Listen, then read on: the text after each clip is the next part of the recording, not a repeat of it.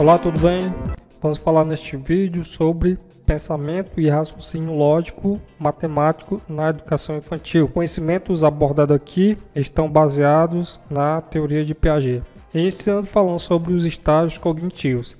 Antes disso, vamos aqui para este pensamento, essa frase que diz o seguinte: o conhecimento não pode ser concebido como algo pré-determinado, nem nas estruturas internas do sujeito, porquanto estas resultam de uma construção efetiva e contínua. Então vamos aí para o primeiro período, que é o sensório motor, que vai de 0 a 2 anos. Este período é caracterizado pelo fato da criança não possuir discernimento entre ela mesma e o meio. A criança, ao nascer, ela traz uma bagagem hereditária em que figuram nervos, músculos, reflexos e assim por diante. A partir daí são construídos os esquemas motores, né? Por exemplo, o esquema de pegar, que é derivado do reflexo de preensão. Vamos para o próximo período, próximo estágio, que é o pensamento pré-operatório, que vai de 2 a 7 anos.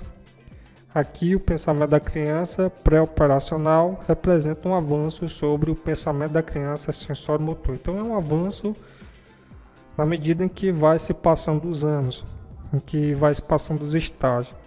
A criança aqui nesse estágio ela é incapaz de reverter as operações, que não consegue acompanhar transformações.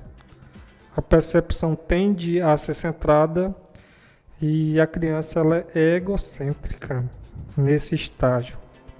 Vamos para o próximo, que vai de 7 aos 10 anos, 10, 11 anos, né?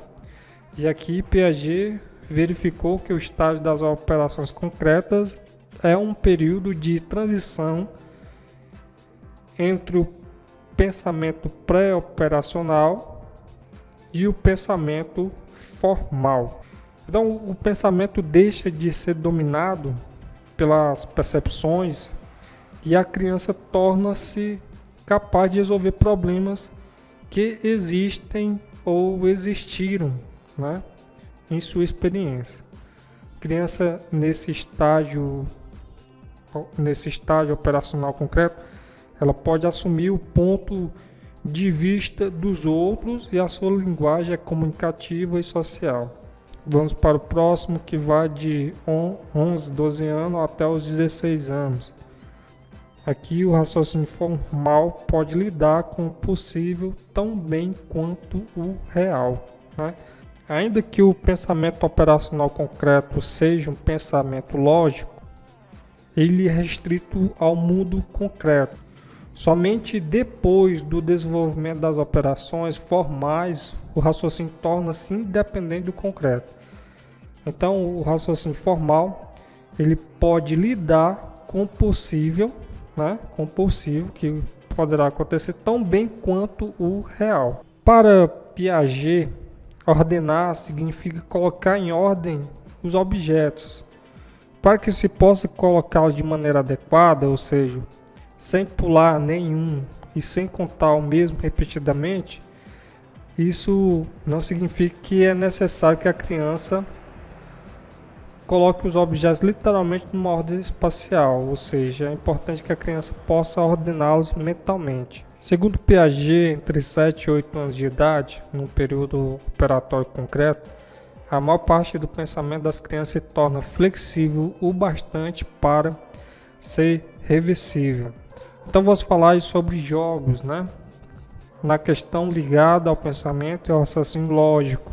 As definições de jogos mais gerais, né, vão estar no dicionário relacionado ao que? Ao divertimento, distração e passatempo. Percebe que o jogo é algo bastante amplo, né? Uma vez que durante o seu cotidiano, ou seja, no dia a dia, usamos talvez de uma maneira até mesmo inconsciente artifícios de jogos. Nós jogamos às vezes sem saber, estratégia de jogos sem saber que estamos lidando com ações de um determinado jogo, né?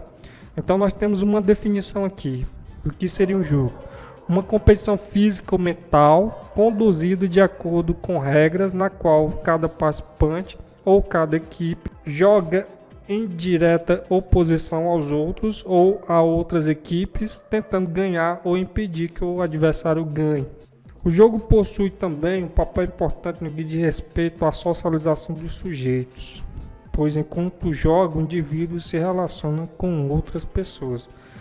Há momento em que ele conquista um resultado desejado, assim como há momentos em que o resultado que se obteve não era o que foi almejado, né? O que não foi o esperado.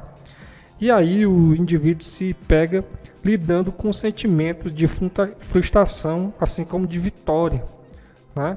Então é necessário saber perder e também saber ganhar. O jogo na educação matemática possui uma intenção, um objetivo. Então o conteúdo matemático ele não deve estar no jogo, mas no ato de jogar, né? O objetivo de uma estratégia que abrange o jogo é a matemática, é o conhecimento organizado.